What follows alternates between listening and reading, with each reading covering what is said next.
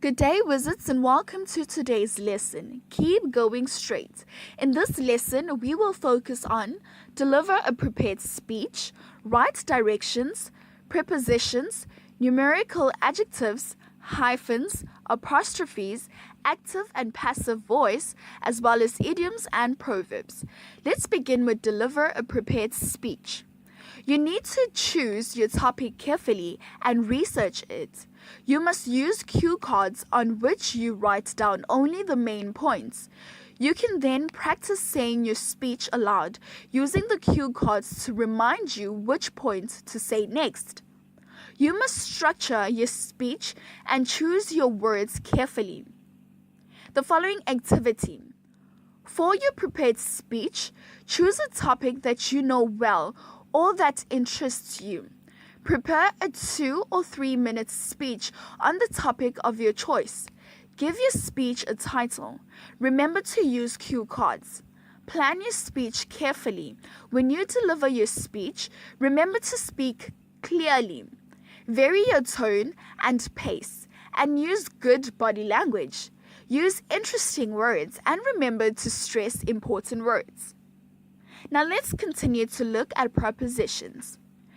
Prepositions link different parts of the sentence together. They relate words or phrases to one another.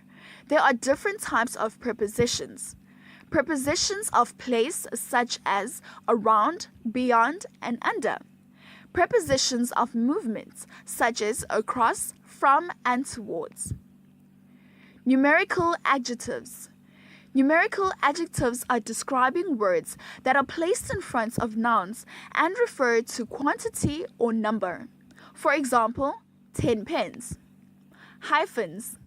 Hyphens can be used to create compound words. For example, wizards, she was not a well-behaved girl. These assist with pronunciation. They separate two syllables of a word.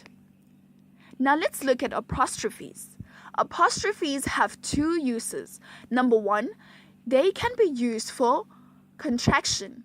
If one or more letters are left out, the apostrophe indicates that. Example, don't and won't. Number two, they can show possession or that something belongs to someone. For example, the boy's jacket. Let's look at active and passive voice. And idioms and proverbs. Idioms are groups of words used and whose meaning is different from the meanings of the individual words. For example, over the moon and nutshell. Proverbs are short sayings which state a general truth or a piece of advice. Proverbs are quite descriptive, so if you use some common sense, you can usually guess the meanings. Write directions. When you write directions, you must be clear and logical. You must write simply. Think about for whom you are writing and make sure that your ideas link together. One instruction must follow on logically from the previous one.